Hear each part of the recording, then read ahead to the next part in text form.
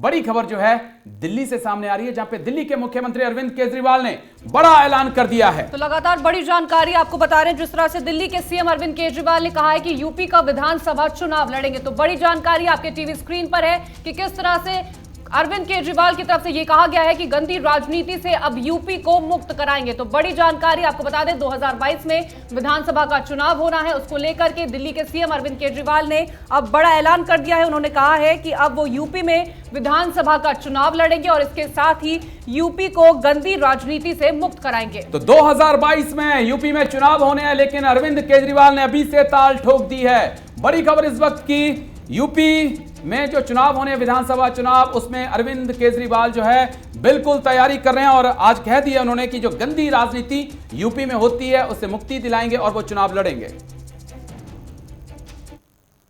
आज मैं एक बहुत महत्वपूर्ण ऐलान करने जा रहा हूं। आने वाले 2022 के विधानसभा चुनाव में आम आदमी पार्टी उत्तर प्रदेश में चुनाव लड़ेगी।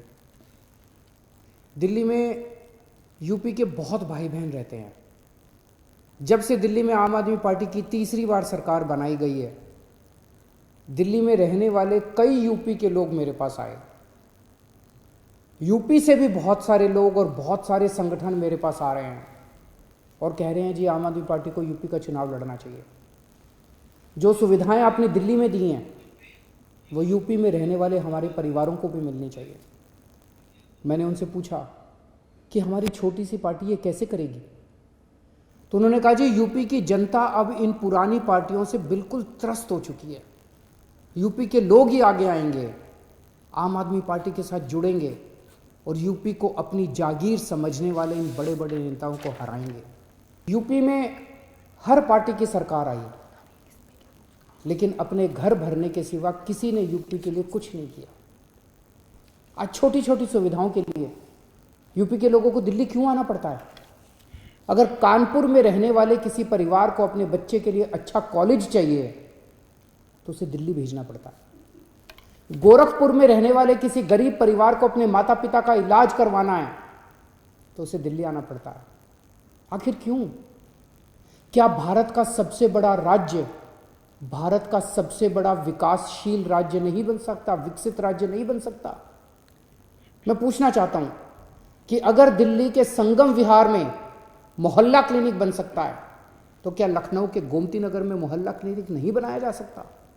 अगर दिल्ली के सरकारी अस्पताल देश के सबसे बेहतरीन अस्पताल बन सकते हैं तो यूपी के सरकारी अस्पतालों की हालत इतनी खराब क्यों है? अगर दिल्ली के लोगों को 24 घंटे बिजली मिल सकती है तो यूपी के लोग इतने लंबे लंबे पावर कट क्यों बर्दाश्त करें? अगर दिल्ली के लोगों को मुफ्त बिजली मिल सकती है तो यूपी में लोगों को मुफ्त बिजली क्यों नहीं मिलनी चाहिए? नीयत की कमी। तो सपा प्रवक्ता कपिल श्रीवास्तव ने अरविंद केजरीवाल के इस ऐलान के बाद क्या कुछ कहा है, उसके बारे में आपको सुनाते हैं। 2022 में जो उत्तर प्रदेश के अंदर विधानसभा के चुनाव होने वाले हैं उसकी सभी पार्टियां तैयारी कर रही हैं, लेकिन जहां तक आम आदमी पार्टी का सवाल है, भारतीय संविधान ने ये लोकतांत्रिक अधिकार दिया है कि कोई भी पार्टी किसी भी प्रदेश से अपना चुनाव लड़ सकती है। केजरीवाल साहब की पार्टी का वेलकम है उत्तर प्रदेश की राजनीति में। चलिए कम से कम देर से ही सही, उन्हें सुध तो आई उत्तर प्रदेश से, उन्होंने अपनी मेहनत शुरू की, लेकिन 2022 के चुनाव में उनके पक्ष में क्या रहेगा यह कह पाना तो बहुत मुश्किल काम है, क्योंकि चुनाव में जीतना तो संगठन के ऊपर निर्भर करता है और उत्तर प्रदेश के दूर दराज से लेकर शहरों तक में अभी आम आदमी पार्टी का कोई संगठन नहीं है। तो इसे हम तो ये कहना चाहेंगे कि अरविंद केजरीवाल जी को पहले तो अपना संगठन मजबूत करना चाहिए और उस पर उन्हें अपनी दृष्टिपात करनी चाहिए। जहाँ तक चुनाव लड़ने का सवाल है, तो अगर वो चुनाव लड़ते हैं तो हम समझते हैं कि उनके चुनाव लड़ने से कुछ मत इधर से उधर हो सकते हैं, लेकिन सीटें तो उनकी नहीं निकलने वाली। अब किसके पक्ष में परिणाम आएगा इनके लड़ने से, यह कहना अभी थोड़ा जल्दबाजी होगी। तो जानकारी के लिए हमारे साथ हमारे सहयोगी अनूप सिंह सीधा लखनऊ से जुड़ रहे हैं, सीधा उन्हीं का रुख करते हैं। अनूप, बड़ा ऐलान दिल्ली के मुख्यमंत्री अरविंद केजरीवाल की तरफ से किया गया, लेकिन धरातल पर क्या तैयारियां हैं? संजय सिंह लगातार लखनऊ में बीच में डटे हुए थे, लेकिन अब क्या तैयारियां इस वक्त नजर आ रही हैं?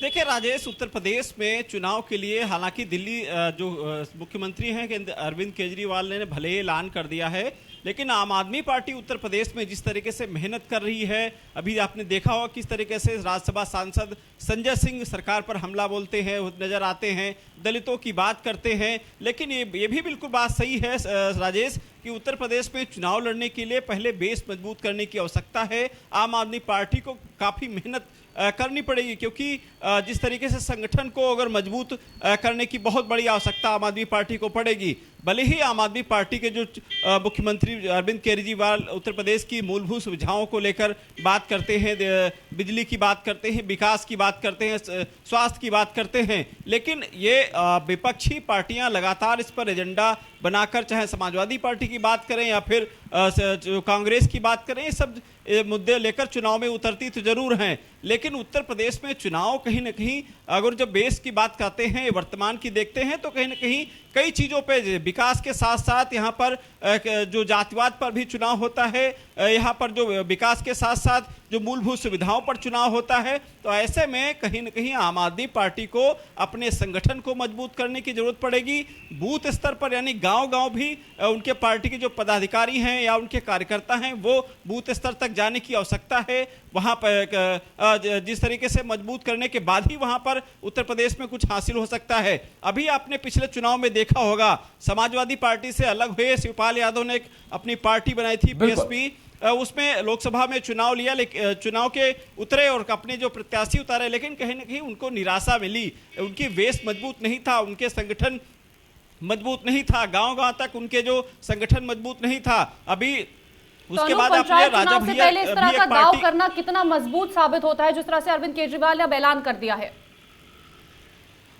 देखिए, अरविंद केजरीवाल जिस तरीके से उनका फार्मूला है कि उत्तर प्रदेश के साथ साथ सभी प्रदेशों से ज़्यादातर जो श्रमिक हैं वो दिल्ली में बहुत सारे लोग हैं। दिल्ली में क्या व्यवस्थाएं हैं, किस तरीके से उन्होंने दोबारा मुख्यमंत्री वहाँ कुर्सी पर काबिज हुए, उत्तर प्रदेश के जो लोग थे वहाँ पर काम करते, उनको काफ़ी स्नेह मिला। उसी तरीके से उनका कहना है कि उत्तर प्रदेश के लोग हैं वो दिल्ली आते हैं, यहाँ पर जो काम करते हैं, श्रमिक यहाँ पर उत्तर प्रदेश से ज़्यादा है और भी प्रदेशों से हैं। तो कहीं ना कहीं वो फार्मूला अब उत्तर प्रदेश में अपनाने की कोशिश कर रहे हैं कि उत्तर प्रदेश का जो कनेक्शन है, जो रोजगार को लेकर या फिर जिस तरीके से मूलभूत सुविधाओं उन्होंने जिस तरह से जिक्र किया है, स्वास्थ्य को लेकर के, स्वास्थ्य व्यवस्था उत्तर प्रदेश में वाकई बहुत अच्छी नहीं है, अभी सुधार की बहुत सारी आवश्यकताएं हैं। सीएससी पीएससी की बात करें तो वहाँ पर जो बहुत सारी जो जांचें की अवस्था वहाँ पर नहीं हो पाती, इलाज बहुत अच्छा नहीं हो पाता, इसी लोग शहर भागते हैं। उन्होंने बिजली की बात की, बिजली की बहुत अच्छी व्यवस्था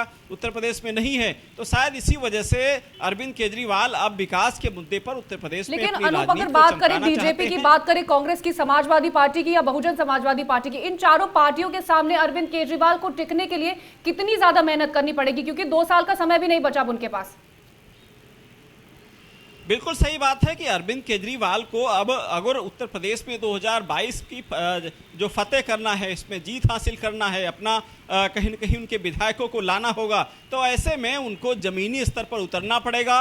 इनके कार्यकर्ता नेता गांव-गांव तक समस्याओं की जो समस्याएं हैं, जो किसान इस समय परेशान है, जो युवा वर्ग है वो परेशान है रोजगार को लेकर के, ऐसे में जो उनके कार्यकर्ताओं को गांव तक जाना पड़ेगा और लोगों का मन जीतना पड़ेगा। ऐसे में तो उत्तर प्रदेश की जनता है वो इस समय जिस तरीके से आशा एक उसकी है, अपेक्षाएं हैं, उसको कहीं ना कहीं आम आदमी पार्टी को विश्वास अनूप सिंह, एक बड़ा अहम सवाल है, सरकार आएगी। जी अनूप, एक बड़ा अहम सवाल है। 2017 में जब विधानसभा चुनाव हुए तो एक तरफा जीत जो है बीजेपी ने हासिल की थी, और अब 2022 में जब चुनाव होने हैं, कहीं ऐसा ना हो कि आम आदमी पार्टी का ऐलान जो है अखिलेश के सपनों पर और मायावती के मंसूबों पर और प्रियंका गांधी वाड्रा के अरमानों पे पानी फेर दे?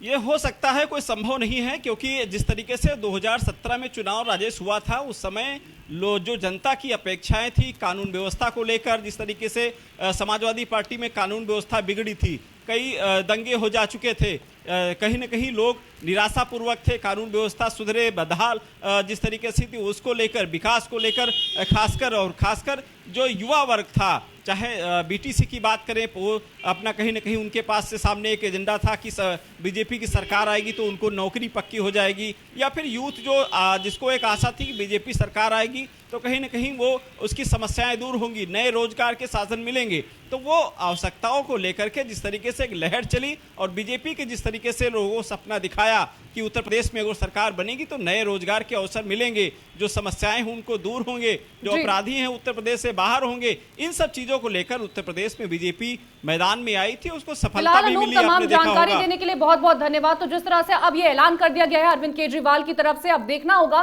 कि 2022 में उनकी परफॉर्मेंस किस तरह की रहती है।